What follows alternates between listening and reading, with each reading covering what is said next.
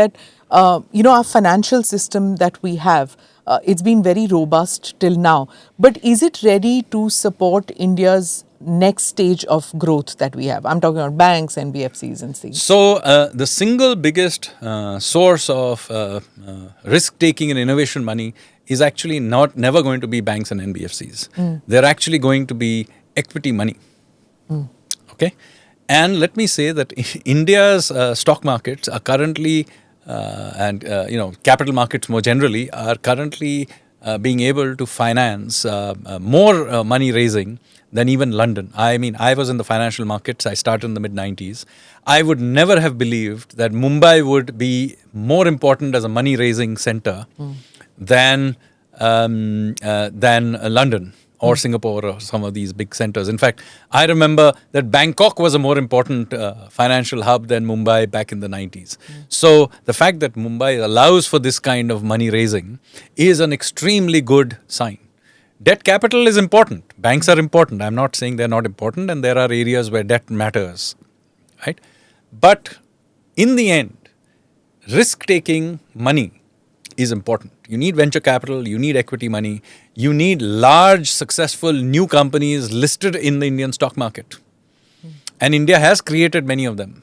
So my measure of Indian success will be that in next 25 years that we talked about, that in 25 years' time, the large companies, the top 20 companies of our stock market are completely different from the ones that are there today. Okay? And I'll show you how that has worked.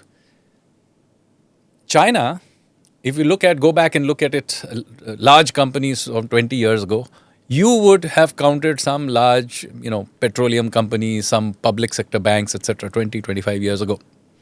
Today, their largest companies are Alibaba, Tencent, You hadn't heard BYD. Of BYD I hadn't heard of till like 36 months ago. It's one of the largest car companies in the world. You can even see BYD on Indian streets now.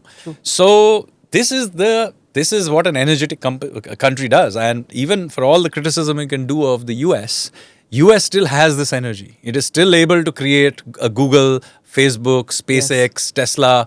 Look at they're continuously churning. That is what generates the energy of the US. Now I'll contrast that with Europe. Look at Europe's companies 30 years ago are the same companies today. Their billionaires are who? They are basically who are producing leather handbags and furniture. Right? Stagnation. That is stagnation. Even India's billionaires do things which are telecommunications or petrochemicals or whatever, ports or something. Diversify. Yeah, so I want to see the next generation should be, that's why the churn is very important. We should not, we should be completely comfortable with people going bankrupt, which should not be held as a moral failure. It is a byproduct of a risk-taking society. And this goes back to my whole point about the voyage of INSV Kaundi, that we have to have this risk-taking culture. For all the Kaudinyas that reached the Mekong Delta and married a local princess and set up a kingdom, there must have been many, many others who perished making the voyage. Yes. Or got killed by local tribesmen or whatever bad things happened to them. But that was our culture. Europe, when it became, through Renaissance and dominated the world, it had, you may not think Christopher Columbus and Vasco da Gama were good people, but you cannot deny their risk-taking ability to sail off into the unknown. Namaste, Jai Hind. You're watching ANI podcast with Smita Prakash. अगर हम उसको मस्जिद कहेंगे तो फिर विवाद होगा.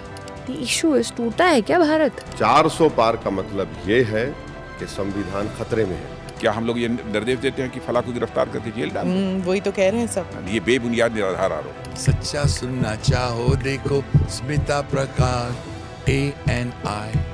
It does not lie.